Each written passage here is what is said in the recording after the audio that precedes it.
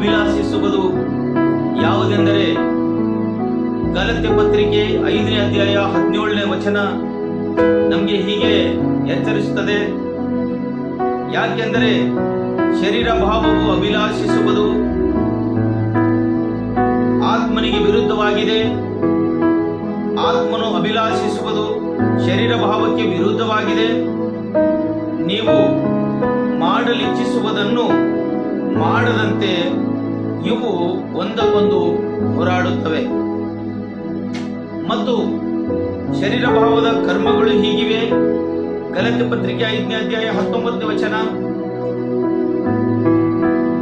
ಶರೀರ ಭಾವದ ಕರ್ಮಗಳು ಪ್ರಸಿದ್ಧವಾಗಿಯೇ ಅವೆ.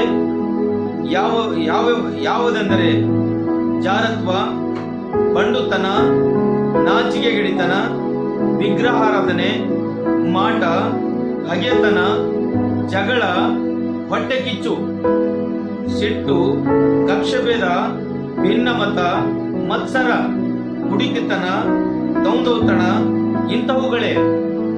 ಇವುಗಳ ವಿಷಯದಲ್ಲಿ ಇಂಥ ಕಾರ್ಯಗಳನ್ನು ನಡೆಸುವವರು ದೇವರ ರಾಜ್ಯಕ್ಕೆ ಬಾಧ್ಯರಾಗುವುದಿಲ್ಲವೆಂದು ನಾನು ಹಿಂದೆ ಹೇಳಿದಂತೆಯೇ ಈಗಲೂ ನಿಮ್ಮನ್ನು ಎಚ್ಚರಿಸುತ್ತೇನೆ ಎಂಬುದಾಗಿ ಪೌಲನು ಬರಿತಾ ಇದ್ದಾನೆ.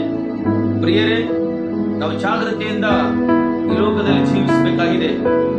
ಈ ಚಿಕ್ಕ ವಾಕ್ಯ ನಮ್ಮೆಲ್ಲರ ಆತ್ಮಿಕ ಲಾಭಕ್ಕಾಗಿ ದೇವರು ಕೊಟ್ಟಿರುವಂತಹ ವಾಕ್ಯವನ್ನ ಆಶೀರ್ವಾದ ಮಾಡಲಿ ಎಂಬುದಾಗಿ ನಾನು ಹಾರೈಸುತ್ತೇನೆ. ಜೈ Christ, praise the Lord. Thank you. God bless you. Thank you.